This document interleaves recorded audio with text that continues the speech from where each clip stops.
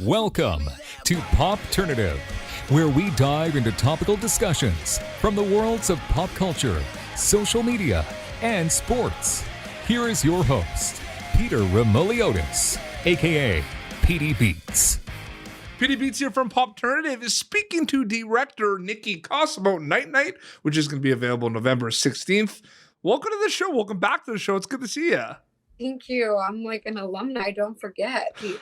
It's pretty crazy. Yeah. I mean, we did that Instagram live for Dreamcatcher, so technically it's like your third time on the show. Yes, I just can't stay away from Popternative. So it's kind of funny and it's exciting, you know, with Night finally getting out there and everything. I feel like we did our first interview, I think, like last year, but it feels like it was such a long time ago because of the pandemic.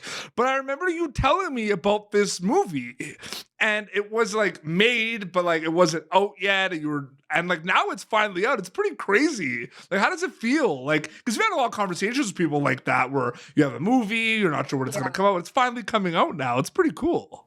Yeah, it's wild and so surreal. And every time I do one of these interviews today and they say that it's coming out now, I'm like, whoa, like it hits me all over again. It's just surreal. It's weird and scary. It's very scary. I never get nervous when something I'm acting in is coming out. I just get excited, but I'm freaking terrified. It's terrifying, like the people that are going to see it, because it's got some scary moments. It's like a psychological thriller. There's a lot of genre bending happening. The first question I need to ask you, though, like talking to a lot of your cast as well, is did you know you were making a genre bending movie? Because that's kind of what it is. Like, you're kind of throwing a lot in there. That's a really, really cool question. No one's asked me that. Well, no, I didn't leave it to you. That's why I keep coming back. No, I really didn't. I knew I wanted to make something different, and I knew I wanted to parallel an aesthetic that was sort of unexpected and almost bizarre in conjunction with what was on paper. And I guess because of that, it sort of turned into this sort of genre bending film. And so to answer your question, it was the goal, but it also wasn't, if that makes sense. Yeah, absolutely. Some things kind of, I feel like, just happen and grow and evolve. Kind of like when I started Popternative, you know, in 2015, like from what it was to what it is now in terms of like what we actually do just kind of changes. Obviously for Night, you kind of have this kind of skeleton idea of what you want to do, but depending on who's on it, depending on what like you're able to do, it's going to change. Like it's naturally going to grow and change. So true, especially like, you know, when I'm directing, I get as prepared as I possibly can. I show up with my little binder and I have everything planned out down to like, you know, the nail polish of each character. It's like ridiculous. But then I get there and I really learned this on Night. And you really just have to kind of let it go because things are going to happen and fires are going to have to be put out that are going to change the scope of the day. And you have to just sort of improvise with what's being thrown at you. So that's kind of, that's a really good point. I just didn't see that coming. Your little binder. If I'm ever on set directing, I definitely am holding a binder, like guaranteed. Even when I go pee, I take my binder. But it's exciting, and I feel like we've had this conversation before. We did the Instagram live for Dreamcatcher. I feel like our first interview was just kind of like a general interview where we just talked about Scouts Guide the whole time. Lots of my horror fans end up just kind of talking about that the whole time. But it's interesting in terms of you with, you know, K Factor Films and wanting to kind of direct and create films. You like people know you from working on like Famous in Love with Bella Thorne on Freeform and everything. So you were acting. Did you always know that you were going to wear many hats and kind of dive into directing and dive into writing, or did it kind of just happen? Such good questions today. I always knew I was going to wear a lot of hats. I never really knew what that looked like, but I was always extremely creative growing up and really, really passionate about creativity as a whole. I was always doing something like, you know, painting, writing, directing. Like I can't tell you how many movies I have from when I was like 10 years old that I directed. they're terrible, but I have them. So I always knew I'd be wearing different hats.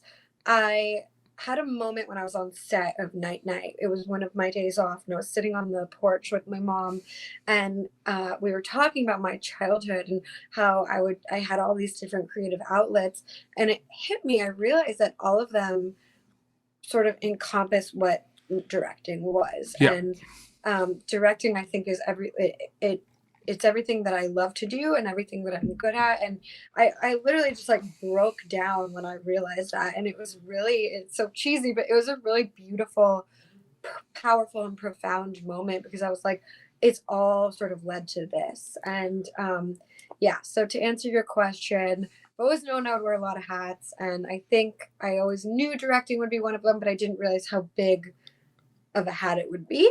Yeah. Big ass sombrero. Yeah, you do a lot. Look who's talking. Yeah. It's pretty crazy because I feel, though, to kind of respond to what your answer to my question about wearing many hats, I feel like it becomes, even if you're not comfortable with certain facets or certain areas, like I feel like you kind of have to wear many hats. Like I feel like you don't really have a choice, like in the climate of the industry. In the climate of the industry, absolutely. And especially with indie filmmaking, you're producing, like you're going to be handing out water bottles. You're going to be like helping. You might even be helping do someone's hair. Like you don't know what you're going to be doing. But in the industry as a whole, as an actor, even, at least if you want to have, a consistent career flow, you got to be figuring out how to do it. And you can't just sit around and, wait for auditions to come anymore. You got to like get into producing or, partner up with a writer. And also too, if you don't in today's world industry as an actor, you get so bored. Yeah. Because, lots of time goes by in between jobs. And yes, there's a lot of content out there to be a part of, but there's also a lot of actors out there now. 100%. So yeah, to basically save your sanity too, you got to be doing it all. Absolutely. I'm excited to ask you this question because you directed, this is your film that you've worked on for for a long time right now. So I'm excited to ask because I've talked to your cast about this, and I talked to Taylor, Derek, Brenna, and everyone's given me a different answer. So kind of a part A, part B question for you. I mean, when they get to watch Night Night, what are you hoping they get out of it, specifically takeaway wise? And part B is, were you hoping that was going to happen? Like people are going to have many different things that they want you to kind of take from this movie? Because everyone gave me different like takeaway answers, which I thought was pretty cool. That's really cool to hear. And I still need to catch up on all of their interviews.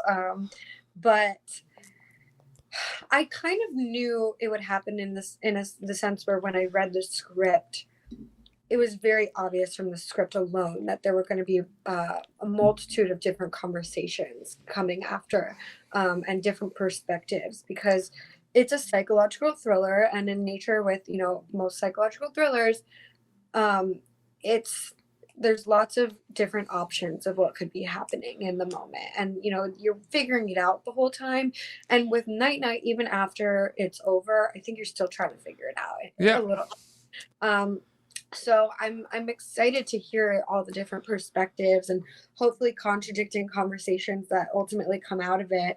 But what I hope people take away, I make movies because I want people to be able to sit down for an hour and a half and be able to just completely escape what's happening in their life, especially right now.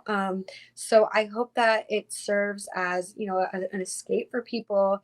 And I hope they can just sort of, I wanted to really create a world with Night Night that was unique and special and maybe people haven't seen before. So I hope that they're able to just sort of lean into the world and then when they come out of it, feel like almost like they came out of a dream in a way. Oh, absolutely. And another thing too, it's funny because like with the age of like digital media and streaming, like there's a lot of things that you can kind of like come home from a long day at work, get a pizza, put something on, like check social media where you're watching it passively. I mean, Night Night's not the movie for this. Like you got to pay attention.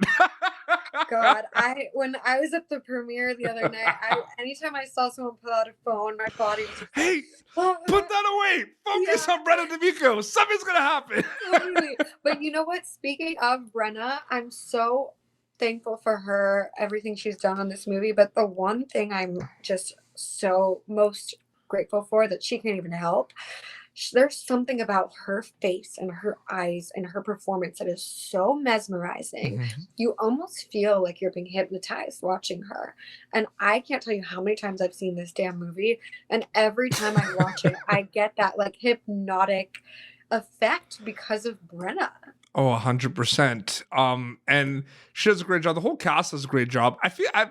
I've told you this like many times, like off air. Like you put together an amazing cast for this film, and it's funny because we're going over like the press days for this, and like that's what a lot of the outlets were telling me. They were like, "Wow, like this has pretty good cast." Like that's the big thing that kind of stood out. Niki Koss is a storyteller. That's what you do. Whether you act, direct, write, you're a storyteller. What excites you about storytelling specifically? Sorry, my mom's being so loud in the background. Mom, be quiet, please. I feel like I have to keep that in the interview. But she'll love it. It's Dawn, right? Her mom's Dawn? Your mom's Dawn, yeah, right? Dawn. Quiet, Dawn. Quiet, Dawn. It's okay, sorry, Dawn. That's so funny. Your daughter's talented, sorry. Oh my dog's gonna start barking. So what excites me about being a storyteller? It's kind of going back to being able to film is such a powerful medium, and being able to utilize it to allow people to escape their reality for an hour and a half is just the coolest superpower ever to me. I mean, it's really the only thing, unless you're listening with your headphones to music, like with really cool lighting in your bed and just like, comatosing out, really film is the only thing that can do that. So I would say that, and being able to hopefully change people's perspectives about something or get them to really think on a certain subject that maybe they would have never thought about in that way. That's interesting you say that. To kind of add to that, I feel too that storytelling these days, like there are stories that weren't told before that are finally getting told. And I feel like that's a huge component as well. Definitely. And I think, they're being told in a plethora of different ways, which is really cool. We're starting to see the same untold story sort of resurface in different arenas and different, aspects of filmmaking. And it's just allowing us to have just so many different perspectives on this one subject that was buried underground for whatever reason. So yeah, it's really powerful, and it's a beautiful thing to be a part of. 100%. Niki, thank you so much for coming back on Popternative to chat about Night Night. It's always great chatting with you. So much for having me. I can't believe you're not sick of me yet. No, seriously, you and the K Factor Films team and the cast did an amazing job with this film. You're also my friend, and I'm very happy for you as well, because I know this is a long time coming and it's pretty awesome. So I hope you enjoy the whole experience of it being out. I know it's gonna get crazy, but at the end of the day, your movie's coming out and people are gonna be able to see it. It's November 16th, Night Night. And where can people follow you on social media to keep update with everything? So everything's at Niki Koss, NIKI-KOSS, and then my company is K Factor Films. We have an Instagram, and we're constantly updating our followers with the new films that are coming out and all the different content we've got. And that's Niki with 1 K, okay, not 2 Ks. Don't forget it. So she'll let you know.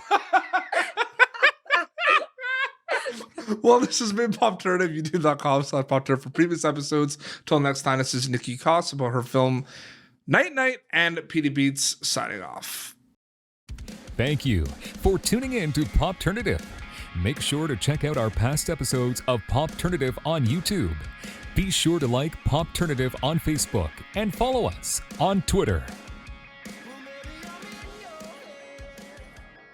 This has been an Autograph Communications production.